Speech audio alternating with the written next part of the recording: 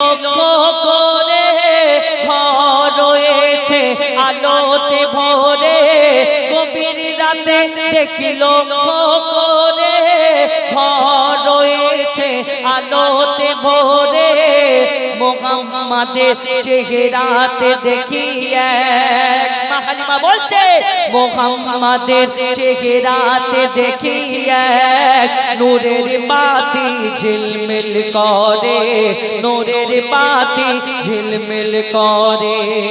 অবাক হয়ে আমি তাকিয়ে থাকি, অবাক হয়ে আমি তাকিয়ে থাকি, মুহাম্মাদের মুখ পানেতে আরশে আনার ফল মুহাম্মাদের রাসূল, আরশে আনার ফল মুহাম্মাদের রাসূল।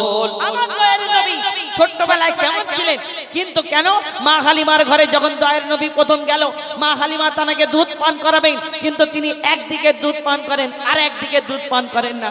মা হালিমা চিন্তা করে কি ব্যাপার, আমি মা আমিনার সন্তান, মা আমিনার লালকে এনেছি, কিন্তু আমার একদিকের দুধ পান করে, অন্য দিকের দুধ পান কেন করে না, কেন করেননি আমার দয়ার নবী? কবি ছন্দের মাধ্যমে আরো কি লিখছে দেখুন। দুধ খাওয়াবার জন্য আমি যখনই তারে নিতাম বুকে, একদিকের দুধ খেত মুহাম্মদ, মুখ দিত না আর একদিকে, কিন্তু কোনো দিন আগে খেত না, আগে দিলে দুধ মুখে নিত না, কিন্তু কোনো দিন আগে খেত না, আগে দিলে দুধ মুখে নিত না, কিন্তু কোনো দিন আগে খেত না, আগে দিলে দুধ মুখে দিত না। আমার ছেলে না খেলে আমার, মা হালিমা বলছে আমার ছেলে না খেলে আমার, চাঁদ মুহাম্মদ আগে খেত না, চাঁদ মুহাম্মদ আগে খেত না। আমার ছেলের কোনো কষ্ট হলে, মা হালিমা বলছে আমার ছেলের কোনো কষ্ট হলে ঝরতো পানি তার চোখেতে, আরশে আনার ফল মুহাম্মাদের রাসূল আসলো যেদিন হতে দুনিয়াতে, আরশে আনার ফল মুহাম্মাদের রাসূল। একদিন মা হালিমা চিন্তা করে আমার ঘরের একটা ছাগল দেখা যায় না, আমার দয়ার নবী আস্তে আস্তে বলে হ্যাঁ মা আপনি চিন্তা করবেন না, আপনার ছাগল কে নিয়ে গেছে, কোথায় নিয়ে গেছে? তখন মা হালিমার ঘর থেকে আমার দয়ার নবী গুটি গুটি পায়ে সেই ছাগলকে খুঁজতে যাচ্ছে, কোথায় যাচ্ছে এবং কারা তুলে নিয়ে গেছে, কি হয়েছিল, কবি সেই সম্পর্কে আরো কি লিখছে দেখুন। আল্লাহর হাবিব সাল্লাল্লাহু আলা গেলেন জঙ্গলের দিকে, গিয়ে দেখেন জঙ্গলের বাঘেরা নিয়ে বসে আছে ছাগলটিকে, নিয়ে বসে আছে ছাগলটিকে। খোদার হাবিব বাঘেদের বলে ছাগলটা কেন এনেছো তুলে, খোদার হাবিব বাঘেদের বলে ছাগলটা কেন এনেছো তুলে, বুঝতে পারিনি তোমরা এমন কাজটা করেছো কোন আকেলে, কাজটা করেছো কোন আকেলে।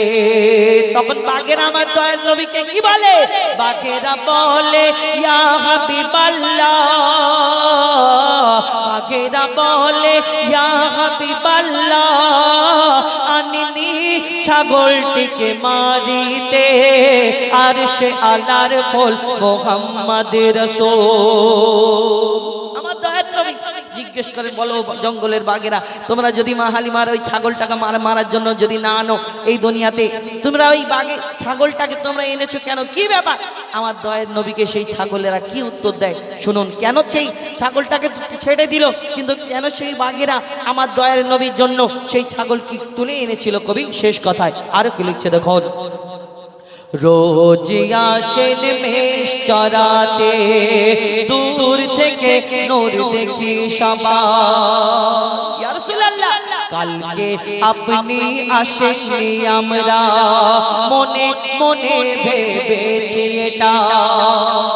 প্রত্যেকদিন মা হালিমার ঘর থেকে আপনি এই ছাগলদের নিয়ে জঙ্গলের মধ্যে আসেন। ইয়া রাসূলুল্লাহ, ইয়া হাবিবাল্লাহ, আপনার চেহারা মোবারক জিয়ারত করি। প্রত্যেকদিন এই জঙ্গলের পশু পাখিরা সবাই আপনাকে লুকিয়ে লুকিয়ে দেখে, কেউ সরাসরি দেখে, কেউ গোপনে দেখে, কিন্তু আপনি ইয়া রাসূলুল্লাহ, ইয়া হাবিবাল্লাহ, আপনি একদিন দুদিন যখন হয়ে গেল আপনি আসেননি, সবাই চিন্তা করে আমার দয়ার নবীকে দেখার জন্য ছটফট করে।